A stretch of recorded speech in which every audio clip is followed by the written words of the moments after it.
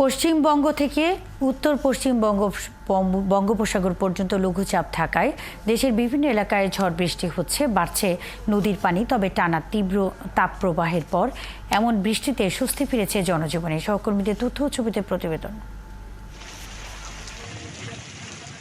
টানা এক মাসের তীব্র তাপদাহের পর রাতভর বৃষ্টি ঝরল রাজশাহীতে।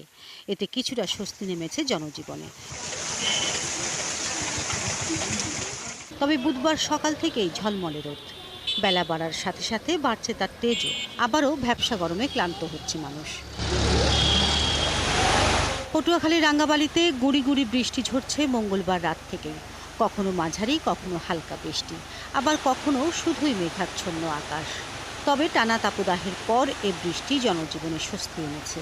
প্রকৃতিও ফিরেছে স্বাভাবিক চেহারায়।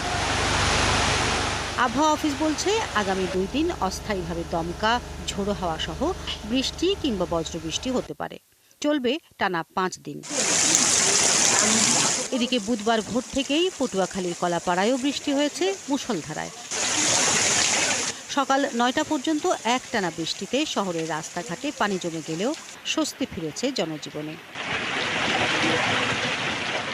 পানি উন্নয়ন বোর্ড বলছে, এই মুহূর্তে বিপদসীমার নিচে রয়েছে সিলেটের প্রতিটি নদীর পানি।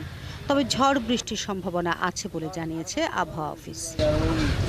শিবলী মহলানবিশ, 71।